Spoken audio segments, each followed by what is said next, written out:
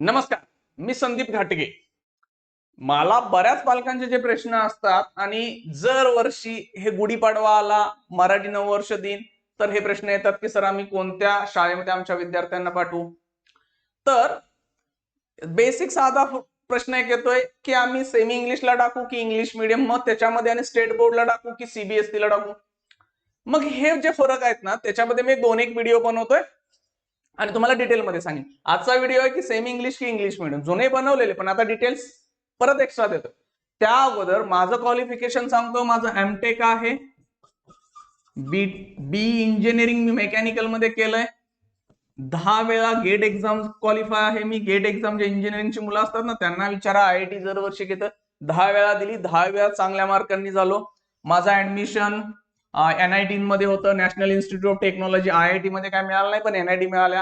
विजेडीआय मुंबई, वालचंद सांगली अशा कॉलेजांमध्ये माझं शिक्षण आहे. म्हणजे ठीकठाक शिक्षण माझं झालेलं आहे. ओके, मग ह्याबद्दल चांगलं माहिती आहे. गेली 10-1 वर्ष मी आता स्कूल्समध्ये आणि कॉलेजांमध्ये शिकवतोय. ओके, आता का शिकवतोय, कशासाठी शिकवतोय? माझ्यासारखे अनेक विद्यार्थी होते की ज्यांना वर्गात बसायची इच्छा नव्हती. मी तसाच होतो. मग माझ्यासारख्या विद्यार्थ्यांना काय कोण शिकवतच नाही ना, त्यांना सांगितलं जातंय की ढ आहे, हे आहे, ते आहे.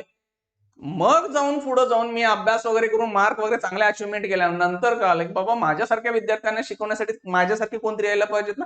मग ते आलं शॉर्ट मध्ये. आता सिंपल, आपलं जे सरकारी शाळा आहेत ना, सरकारी शाळा दोन टाईपच्या आहेत. एक प्युअर मराठी आणि दुसरं सेमी इंग्लिश. ठीक आहे, सेमी इंग्लिश मध्ये आणि इंग्लिश मध्ये काय फरक असतो मी देतोय. प्युअर मराठी खूप जुन्या, त्या आता अशा पडलेल्या अवस्थेत बऱ्याच ठिकाणी आहेत. ठीक आहे, प्युअर मराठी.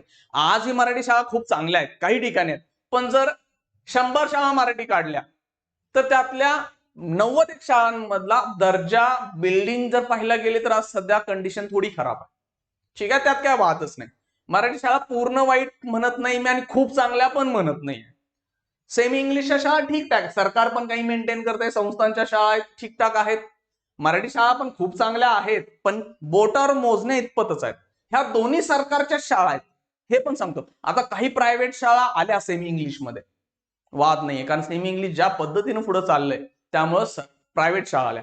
इंग्लिश मीडियम म्हणलं की चकाचक, हे बिल्डिंग चकाचक असत्या, बाकी कांदा पटाड बी विकतात तिथं. म्हणजे काय, कपडे आमचे, सॉक्स आमचे, शूज आमचे, पुस्तकं वह्या आमचंच. त्यांच्या इच्छा झाली तर ती कांद बटाट आलू लेलो, कांदा लेलो असं पण करतील.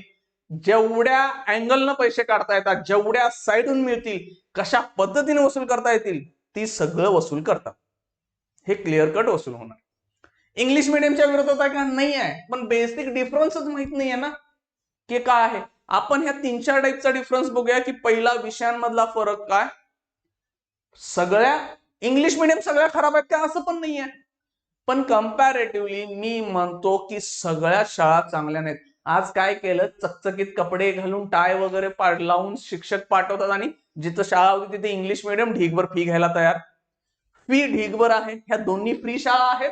काही प्रायव्हेट शाळा सेमी इंग्लिश मध्ये आहेत, त्या थोड्याफार पैसे घेतात, पण इंग्लिश मिडियम ठीक आहे. त्यात आणि ते सीबीएसई चिकटवलं, तिथं फी अजून वाढली. मला शेवटी हे कळत नाहीये, खरीच मुलं कुठल्या शाळेमधून शिकून काय रिझल्ट लागतात हे कोण पाहतंय का? खरा रिझल्ट पाहायचा तर 12वीचा पाहायचा असतो, एंट्रन्सचा, सीईटी, जेडब्ल्यू, नीट, तिथं बघा रिझल्ट, मग कळेल. ठीक आहे, हे बिल्डिंगचे डिफरन्स झाले. मी म्हणतोय सगळे पालक जे शिकलेत आज मराठी मीडियम मधन आहेत.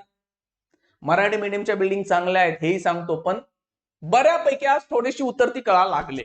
त्यामुळे सरकारच कुठं गेलं, सेमी इंग्लिश कडे शिफ्ट व्हायला लागले. आता तुम्ही जिल्हा परिषद शाळा वगैरे बघा, तिथं तुम्हाला दिसेल की सगळ्या शाळा पहिलीपासून सेमी इंग्लिशला येतात. तर आता विषय काय असतात आणि विषय कुठल्या भाषेत शिकवले जातात हे बघू. पहिला मराठी विषय हा कंपल्सरी महाराष्ट्रात आहे. मराठी मीडियमला मराठीत, सेमी इंग्लिशला मराठीत आणि इंग्लिश मीडियमला मराठीत, कारण ही लँग्वेज आहे, भाषा आहे. मग ती भाषा त्याच ह्याच्यामध्ये शिकवली जाणार. त्यामुळे तिन्ही शाळांमध्ये एकसारखा विषय, फरक नाही. हिंदी ऑदर म्हणजे काय, हिंदीच्या ठिकाणी काही कॉम्पोजिट असतं, हिंदी संस्कृत असतोय, काही ठिकाणी 100 मार्कांचा संस्कृत आहे, मग त्या भाषेत. पण मी हिंदी पकडतो, तिन्ही शाळांमध्ये हिंदीमध्ये शिकवला जाणार, ह्यात काय वादच नाही. इंग्लिश तिन्ही शाळांमध्ये इंग्लिशमध्ये शिकवला जाणार. म्हणजे हे 3 विषय त्या त्या भाषेत शिकवले जातात आणि सेम असतात. आता तुम्ही म्हणणार फरक, मराठी मीडियम आणि सेमी इंग्लिश मीडियमला पुस्तकं एकसारखे आहेत, इंग्लिश मीडियमची पुस्तकं थोडी वेगळी आहेत. त्यांना मराठी थोडा सोपा असतो, इंग्लिश थोडासा हायर अवघड असतो. पण ह्याला काय नाहीये हो, ह्या भाषा आहेत, वाचता लिहिता बोलता आलं, चला संपलं. तुम्ही आम्हाला इंग्लिश फाडफाड बोलता येत नाही हो, इकडे गेलं तर ही फाडफाड बोल, हे नुसती फाडफाड इंग्लिशच बोलतात, बाकीकडे त्यांचं फाडफाड होतंय. ठीक आहे, बघू, फक्त 3 सब्जेक्ट विषय एकसारखे झाले. मला पण काय वाटतंय कुठल्या शाळेत जावं हे सांगतोय मी. मॅथमॅटिक्स गणित विषय हा मराठी मीडियमला मराठीमध्ये असतो, सेमी इंग्लिश आणि इंग्लिशमध्ये हे दोन्ही मात्र इंग्लिशमध्ये असतात. ठीक आहे, बोलू दोन्ही. सायन्स विज्ञान, मग इथं 1, 2, मग ते जुनी लोक असतील तर मग ती म्हणतील भौतिकशास्त्र, रसायनशास्त्र, जीवशास्त्र, बरोबर आहे, फिजिक्स, केमिस्ट्री, बायोलॉजी. त्या लोकांना 3 विषय होते सायन्स, पण त्या 3चे 2 करून सायन्स 1, सायन्स 2 म्हणजे विज्ञान 1 आणि विज्ञान 2 असे आले. मराठी मीडियमला मराठीत शिकवलं जाईल, सेमी इंग्लिशला आणि इंग्लिशला इंग्लिशमध्ये शिकवलं जाईल. म्हणजे मॅथमॅटिक्स आणि सायन्स, गणित आणि विज्ञान हे 2 विषय मराठीत शिकवले जातात मराठी. आणि हा माझ्यासाठी सगळ्यात मोठा प्रॉब्लेम आहे. मी असो किंवा माझ्या बरोबरचे अनेक विद्यार्थी असू देत, किंवा मी आज ज्या विद्यार्थ्यांना शिकवतोय जे मराठी प्युअर मधून आले, त्यांना मात्र 11वी 12वी मध्ये त्रास खूप होतोय. आणि त्यातनं खूपच कमी विद्यार्थी आहेत ते पुढे जाऊन टिकतात. 70 ते 80% विद्यार्थ्यांना इंग्लिश नसल्यामुळं हे विषय त्यांना पुढे जाऊन प्रॉब्लेम येतोय 11वी 12वी सायन्सला वगैरे. तुम्ही म्हणा आम्ही आर्ट्स कॉमर्सला गेलो, आर्ट्स कॉमर्स पण इंग्लिश मध्ये आहेच ना, तिथं पण इंग्लिश मीडियम आणि मराठी मीडियम आहे, तुम्ही चूज करू शकता. पण म्हणतो फक्त ते मराठीत शिकल्यामुळे त्या मुलांना त्रास येतोय. मग माझं वैयक्तिक मत असेल तर मराठी मीडियम मधल्या हे 2 विषय शिकण्यापेक्षा तुम्ही इंग्लिश मध्ये शिका. मग तुम्ही सेमी इंग्लिशला घ्या, ह्या पण सरकारी शाळा आहेत, फ्री मध्ये आहेत, काही प्रायव्हेट आहेत, तिथं फी काही असेल. इंग्लिश मीडियमला पण आहे, ह्या दोघांचा अभ्यासक्रम बघा, सेम सेम पुस्तक. मग जे 2 विषय पुढे जाऊन तुम्हाला त्रास देणार भविष्यात, मग ते आधीच शिका ना. म्हणजे तुम्ही म्हणा मग इथं काय आलं, इंग्लिश मीडियम आणि सेमी इंग्लिश मीडियम, इथं 5 विषय एकसारखे झाले. ठीक आहे, राहिला शेवटचा विषय समाजशास्त्र. आपण त्यात इतिहास, भूगोल, हिस्ट्री, जिओग्राफी शिकतोय. तो मराठी मीडियम वाल्यांना मराठीत, सेमी इंग्लिश वाल्यांना मराठीत आणि इंग्लिश वाल्यांना इंग्लिशमध्ये. म्हणजे सेमी इंग्लिश आणि इंग्लिश मध्ये एका विषयाचा फरक आला, समाजशास्त्र, इतिहास, भूगोल. इकडे तुम्हाला हे 2 विषयांचा फरक आला इथे. पण मी म्हणतो मला हे 2 मॅथमॅटिक्स अँड सायन्स, गणित आणि विज्ञान हे 2 विषय इंग्लिश मध्ये शिका, पुढे जाऊन खूप सोपं होणार. फक्त मराठी मीडियम मधले विद्यार्थी आज खेड्यापाड्यांमधले बरेच अडचणीत येत आहेत का, त्यांना ते इंग्लिश मध्ये न समजल्यामुळे. तिथेही फॅसिलिटी आहेत, सरकारनं दिलेल्या आहेत, काही गावांमध्ये नाही आहे. त्या गावांनी त्याच्यावर विचार करायला पाहिजे, मीटिंग घ्यायला पाहिजे, त्या शाळेमध्ये सेमी इंग्लिश चालू करा. सरकार लगेच सुरू करतं, फक्त एक लेटर द्यायचं असतं, जमा करायचं असतं त्या शाळेने की आम्ही इथं सेमी इंग्लिश सुरू करतोय. सरकारीच विषय आहेत ते, की असं काय नाही ते प्रायव्हेट वगैरे असं काही नाही आहे. ते मुलांच्या भविष्याचं होईल. त्यामुळे जिल्हा परिषदेच्या शाळा वगैरे आता आहेत, पहिलीपासून सेमी इंग्लिश सुरू करतायत. बघा जिल्हा परिषद सरकारच्या शाळा आहेत ना त्या. मग म्हणणार नाही नाही आम्ही इंग्लिश मिडियमचा विचार कराल तो का, हे चकचकीत दिसते हो, चकचकीत बिल्डिंग आहे, आतला शिक्षक बघा. शाळा पाहते वेळी शाळेची बिल्डिंग काय काय सुविधा देतात वगैरे काही महत्वाचं नाही आहे. आत शिकवणारे शिक्षक काय लेवलचे आहेत ते महत्वाचं आहे. तो शिक्षक उत्साही असला पाहिजे जिथं तुमची मुलं चाललेत. शिक्षकच मेल्यासारखा येतोय, पाट्या टाकल्यासारखं काम, यायचं, तास घ्यायचा, बाहेर जायचं, रोज रुटीन रोबो सारखं एकच. रोज म्हणते 10वी पर्यंत शुद्ध लेखन द्या. काय लॉजिक आहे 10वीच्या विद्यार्थ्यांना शुद्ध लेखन? ते खरोखर फायद्याचं आहे का? मला अजून आठवते की ते शुद्ध रोज अक्षर, माझं अक्षर घेऊन काय करू, 10वीला बदलणार आहेत? अक्षर चांगले असणं खूप चांगलं आहे, पण आज मी म्हणतो खरोखर पाहिजेच का हो अक्षर? माझ्या आता बरेच विद्यार्थी आहेत जे खूप काहीतरी आता मर्सिडीज वगैरे कंपन्यांमध्ये आहेत, त्यांचा अक्षर म्हणले की तुला तरी कळतात का रे बाबा? ते आता अक्षरांचे दिवस गेले, आता एआयचा जमाना आलाय. शेवटी जी आम्ही म्हणतो एक पान शेवटी आम्ही लिहिले कधी आठवत नाहीये, जे पाहिजे ते बोलतंय, ऑटोमॅटिक टाईप होतंय, तिथं सगळी टेक्नॉलॉजी आल्या ना. त्यामुळं हे गोष्टी नको, असे शिक्षक नको आहेत. शिक्षक तुम्हाला इन्स्पायर म्हणजे काय, नेहमी मोटिवेट असला पाहिजे. स्वतःच तो हसत असेल नेहमी मजेत आहे आयुष्यात, तर विद्यार्थी पण तसेच होणार. भले त्यांना 4 मार्क कमी पडले तर विद्यार्थी म्हणणार हे आयुष्याचा भाग आहे, होऊ दे. मग हे महत्वाचं नसतं की बिल्डिंग कशी आहे, आपला शिक्षक महत्वाचा आहे. मग आपल्या मुद्द्यावर काय की इथं तुम्हाला इतिहास भूगोल मराठीत शिकला जाईल की इंग्लिशमध्ये.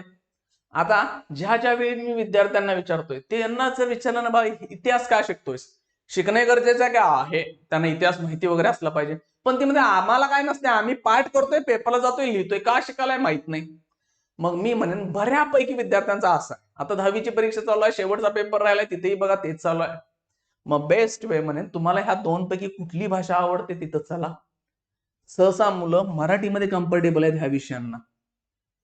ढीगभर इंग्लिश मिडियमच्या फी आणि तिथं शिक्षक बघा, सरकार लाखो रुपये पगार देत आहे शिक्षकांना, पण इंग्लिश मिडियम आणि प्रायव्हेट शाळांमध्ये तसे पगार आहेत का, नाही आहेत, कमी आहेत.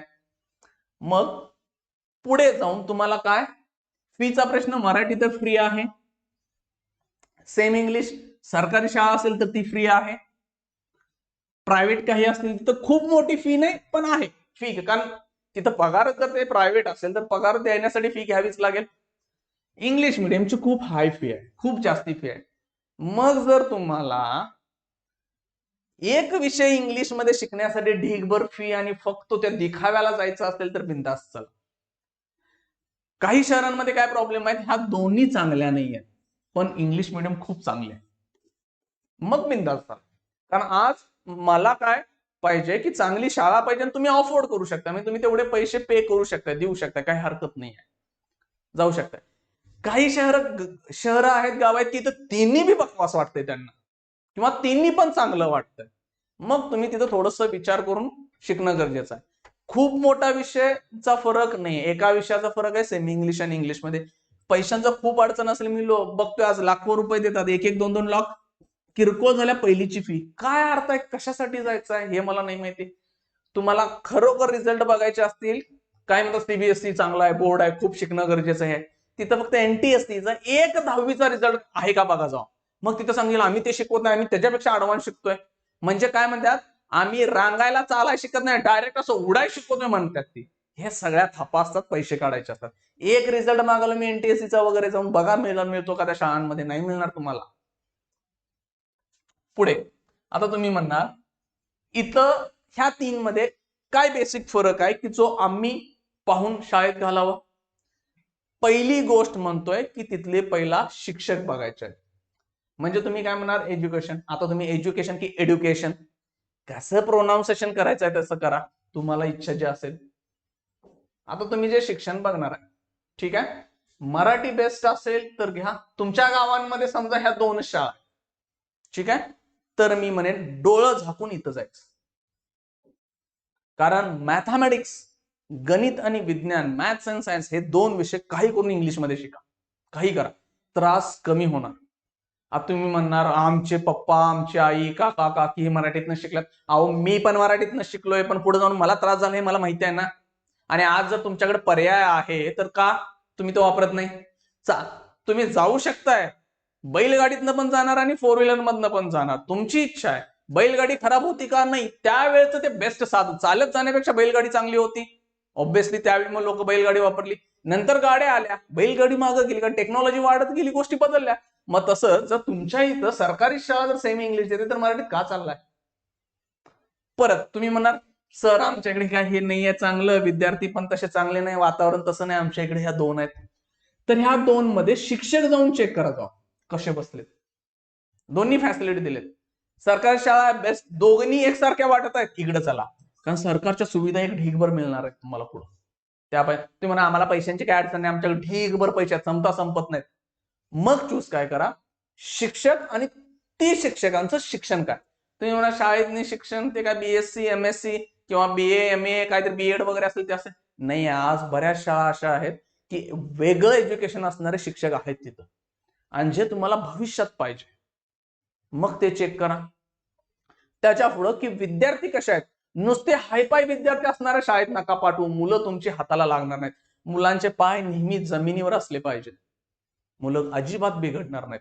मग ती करोड रुपये जरी पुढे जाऊन कमवली ना, तर ती बेसिक व्हॅल्यूज आई वडील घरची लोक किंवा समाजात कसं राहायचं हेच लक्षात ठेवतील. पैसे कमवून विचित्र बनला काही उपयोग नाहीये त्याचा.